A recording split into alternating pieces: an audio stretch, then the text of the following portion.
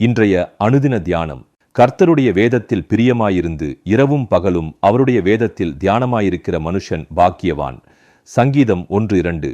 இந்த சங்கீதம் ஒரு பாவியின் வழியும் நீதிமானின் வழியும் எப்படி இருக்கும் என்பதை வேறுபடுத்தி காட்டுகிறது. நீதிமான் தேவனுடைய வார்த்தையால் வழிநடத்தப்படுகிறான். நீதிமான் உலகத்தின் ஆலோசனையை பின்பற்றுவதில்லை. அவன் தேவனுடைய வார்த்தைக்கு கீழ்ப்படிவதில் மகிழ்ச்சி அடைவான். தேவனுடைய வார்த்தையுடன் நம்முடைய உறவு அன்பில் இருப்பது போல வேதத்தில் பிரியமாய் இருக்க வேண்டும். தேவனுடைய வார்த்தையை நாம் நேசிக்கும் போதுதான் அதில் பிரியமாயிருக்க முடியும். எப்படி ஒரு குழந்தை தனக்கு பிடித்த காரியத்தை மீண்டும் மீண்டும் செய்கிறதோ அதுபோல வேதத்தை நேசிக்கிறவர்கள் எப்போதும் வேதத்தில் பிரியமாயிருந்து வாசிக்க விரும்புவார்கள்.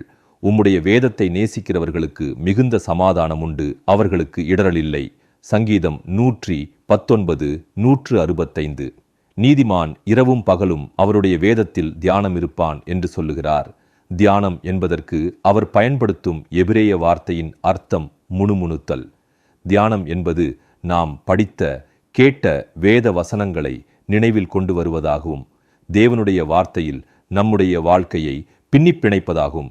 தேவனுடைய வார்த்தையினால் நம்முடைய இருதயத்தை நிரப்புவதால் நாம் அவருடைய வார்த்தையை தியானிக்க முடியும். இன்று நான் உனக்கு கட்டளையிடுகிற இந்த வார்த்தைகள் உன் இருதயத்தில் இருக்க கடவது. உபாகமம் 6:6. தேவனுடைய வார்த்தையை நாம் தியானிக்கும் போது நம் வாழ்க்கை தேவனுடைய பாதையில் நம் கால்களை உறுதியாக நிலைநிறுத்தும்.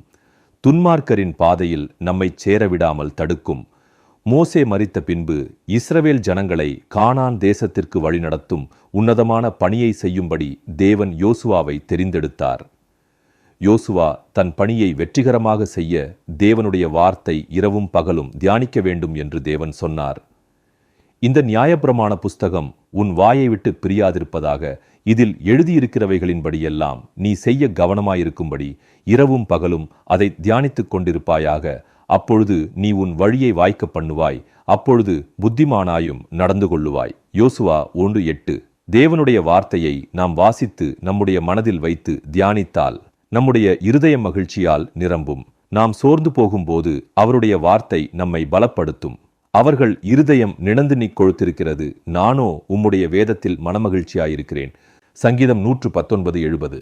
கர்த்தராகிய இயேசு கிறிஸ்துவினுடைய கிருபையும் தேவனுடைய அன்பும் பரிசுத்த ஆவியினுடைய ஐக்கியமும் உங்கள் அனைவரோடும் கூட இருப்பதாக. ஆமென்.